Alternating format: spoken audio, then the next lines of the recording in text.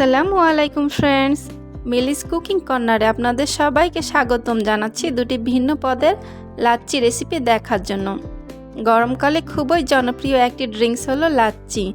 এটা খেতে যেমন সুস্বাদু তেমনই স্বাস্থ্যকর, তাই এই রমজান মাসে ইফতারেও রাখতে পারেন এই সুস্বাদু লাচ্ছি। মূল রেসিপিতে যাবার আগে সবার কাছে অনুরোধ রইল আমার চ্যানেলটিকে সাবস্ক্রাইব করে বেল আইকনটি প্রেস করে দেওয়ার জন্য। লাচ্ছির দুটো আইটেমের মধ্যে প্রথমে আমি তৈরি করে দেখাবো বাদাম খেজুরের লাচ্ছি। এর জন্য আমি একটা ব্লেন্ডারের জারে কিছুটা বরফের টুকরা, টক দই, কাজু বাদাম, কাঠবাদাম ও খেজুর নিয়ে নেব। খেজুর ও বাদামগুলো আমি কিছুক্ষণ পানিতে ভিজিয়ে রেখে নরম করে নিয়েছি। বাদাম খেজুরের পরিমাণটা নির্দিষ্ট নয়, এটা আপনারা ইচ্ছামতো নিতে পারবেন। এরপর দিয়ে দেব চিনির শিরা। রেস্টুরেন্টে লাচ্ছিতে সরাসরি চিনির পরিবর্তে শিরা ব্যবহার করে।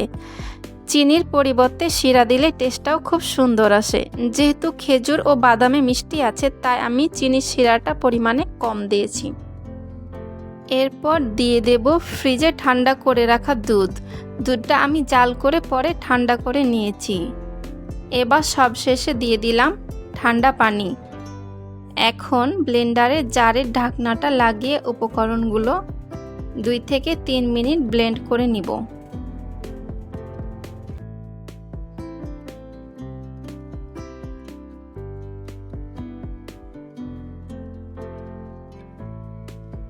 ব্লেন্ড করা হয়ে গেছে, দেখতেই পাচ্ছেন বাদাম ও খেজুরের খুব সুন্দর একটা কালার এসেছে। এখন এটা সার্ভ করার পালা। আমি যে পরিমাণে লাচ্ছিটা তৈরি করেছি তাতে 3 জনকে সার্ভ করা যাবে।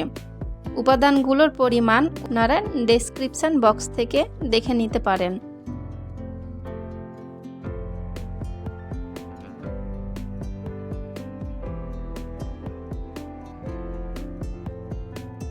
এরপর তৈরি করব শুধুমাত্র টক দই দিয়ে লাচ্ছি। এই লাচ্ছিতে টক দই ও দুধের পরিমাণটা বেশি থাকে, তাই খেতেও খুব ভালো লাগে। আবারও জারে দিয়ে দিয়েছি বরফের টুকরা, টক দই, ঠান্ডা দুধ ও ঠান্ডা পানি। এই লাচ্ছিতে যেহেতু টক দইয়ের পরিমাণটা বেশি থাকে, তাই চিনির শিরাটাও আমি বেশি করেই দিব।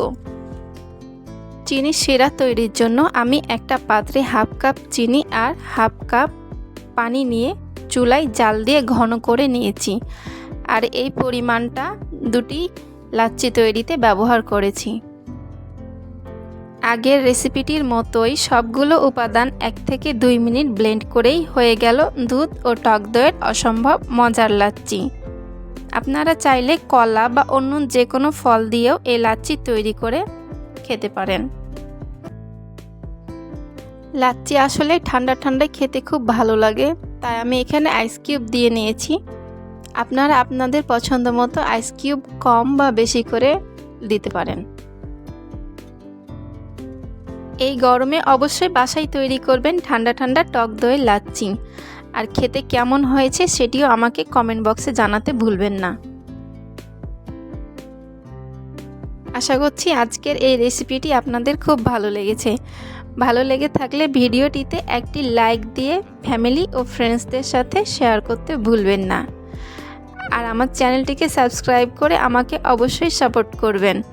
সবাই অনেক ভালো থাকবেন। আল্লাহ হাফেজ।